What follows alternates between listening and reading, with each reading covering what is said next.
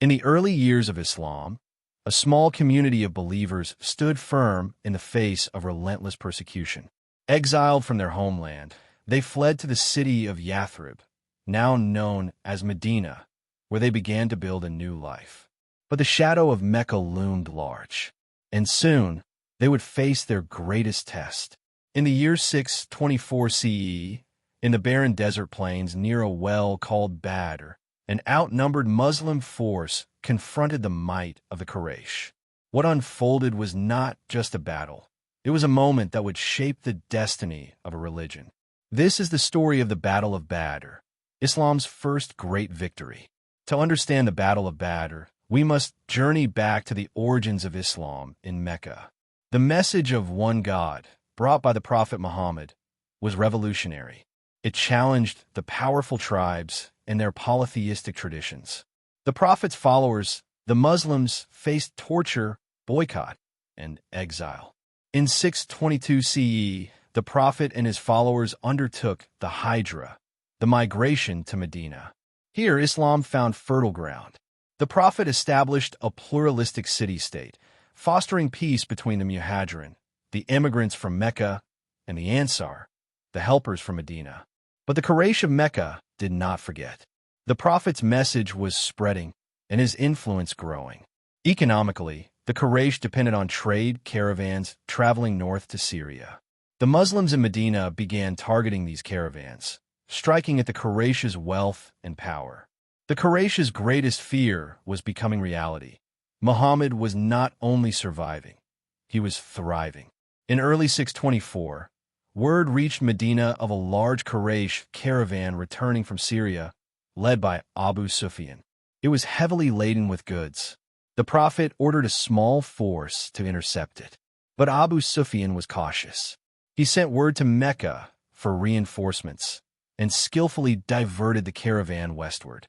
In response, the Quraysh assembled a powerful army of nearly 1,000 men, led by Abu Jahl. They marched toward Badr, determined to crush the Muslims once and for all. When news reached Medina that a Quraysh army was advancing, the Prophet faced a pivotal decision. Should they retreat or stand and fight? He gathered his companions. In one of the earliest examples of Islamic consultation, Shura, he sought their counsel. The Ansar, though not obliged to fight outside Medina, pledged their support. Sa'd ibn Mu'adh famously declared, "Even if you were to march into the sea, we would follow you." The decision was made. The Muslims would confront the Quraysh. They numbered just 313, poorly equipped, few had armor, and only 2 horses among them. But they marched with faith. The journey to Badr was arduous. The Prophet, ever the strategist, chose to arrive at the wells of Badr before the Quraysh. There, he commanded the Muslim army to destroy most of the wells, leaving only one source of water under their control. As they camped, rain fell, softening their own terrain while hardening the Quraysh's route. It was seen as a divine sign. The atmosphere was tense.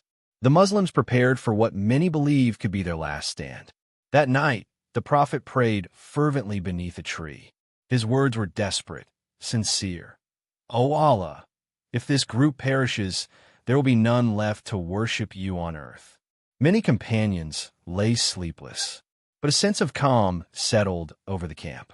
In the Quran, Surah Al-Anfal describes angels descending in support. Faith in divine help gave the Muslims strength beyond numbers. The battle began with traditional duels. From the Quraysh, 3 warriors stepped forward. The Muslims answered with Hamza ibn Abdul Muttalib, Ali ibn Abi Talib, and Ubaydah ibn al-Harith. The duels were swift and the Muslims victorious. Then came the full clash. Despite being outnumbered more than 3-1, the Muslims held firm. The Prophet, from his tent, continued praying. He cast a handful of dust toward the Quraysh army, saying, "May their faces be disfigured." The Quran describes angels fighting alongside the Muslims. Abu Jahl, the fierce opponent of Islam, was killed in the melee. The Quraysh lines broke, and they fled. 70 Quraysh warriors lay dead. Another 70 were taken captive.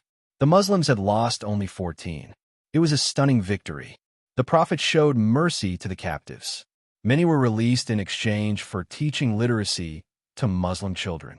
It was a profound gesture, turning the tools of war into tools of education. This battle proved the Muslims were a force to be reckoned with. It shattered the myth of Quraysh invincibility. The Battle of Badr was more than a military victory. It was spiritual validation.